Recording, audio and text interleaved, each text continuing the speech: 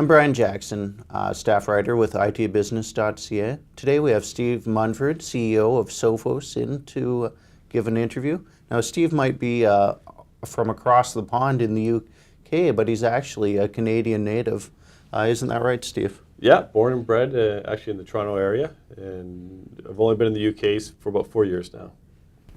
So one thing I noticed when I'm covering this area, Steve, is that there seems to be a growing focus on social engineering attacks by hackers.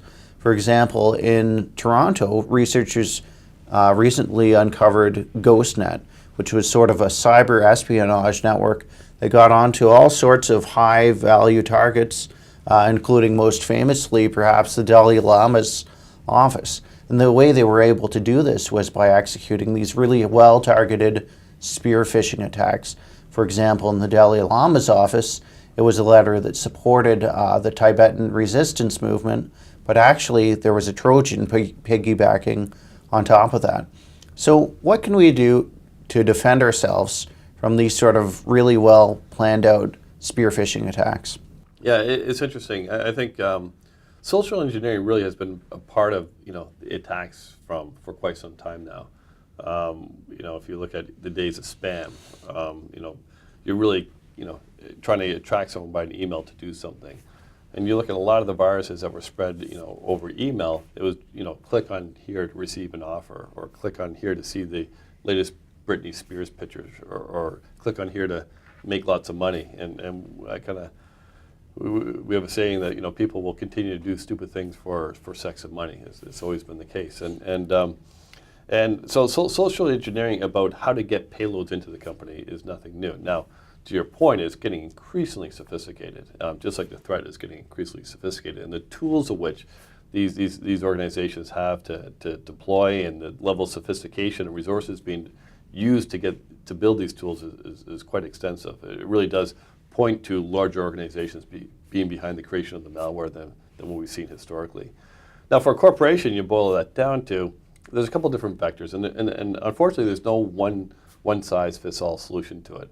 On one hand, you have to educate the users of the IT to help them understand what social engineering tactics are being deployed out there, and what the implications are, and what they need to do to just be more cautious out there. That's the first step, but certainly not the last. It comes down to having a holistic view of security, and that is looking at everything from making sure it starts with making sure your network and your machines are compliant. And I think that's where a lot of organizations fall down today, is that they deploy a lot of products, and they think by deploying products they solve the problem. But it's actually, in our surveys, up to 70% of the machines in a corporate network aren't properly configured or patched to the security policies of the corporation. So it is about having a tool and a framework to assess the status of my machines and be able to monitor the status of my network to ensure that it is properly compliant.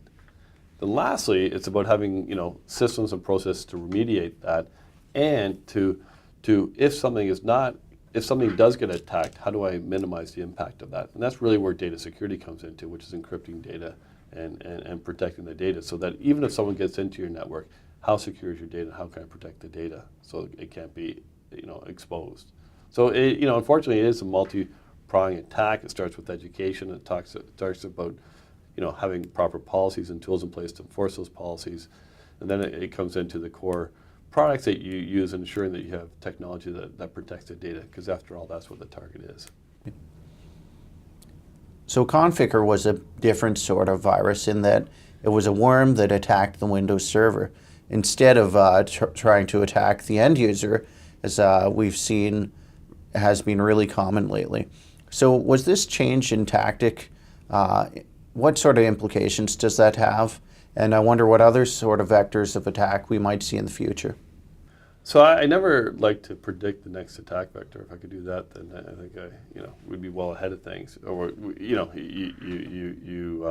actually, I think just overall you'd be proven wrong. It's tough to really understand it and predict the next attack vector.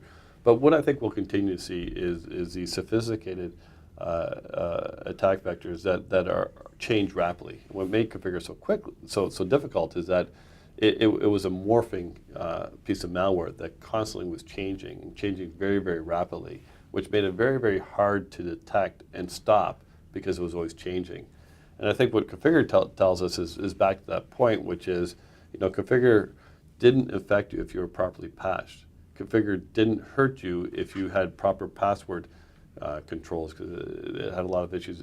It attacked a lot of things on the password side. So if your network was properly maintained, hygiene with proper malware detection and properly patched, you would have been okay. It really attacked some vulnerabilities within the network.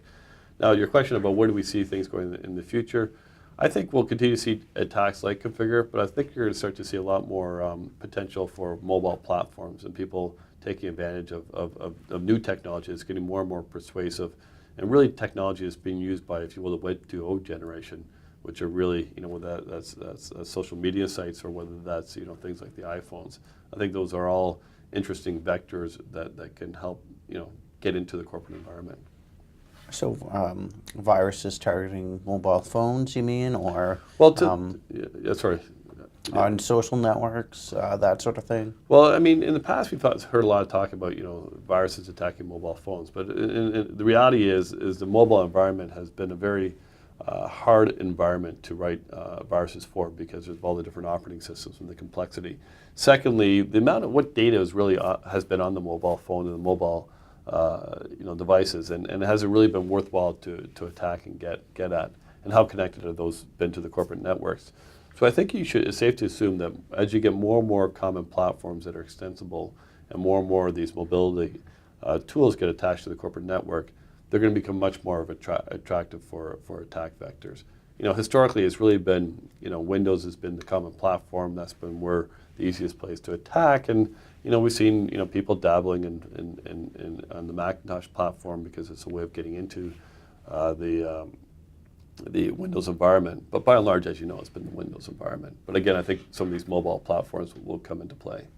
And as far as the SaaS platforms, the extent of which people are interacting over the web is the conduit for threats. And when you're on social media sites, it does provide a way for people to potentially get you to do something to put that will then bring a payload into the corporation. Okay, thanks so much for your time today, Steve. Thank you very much.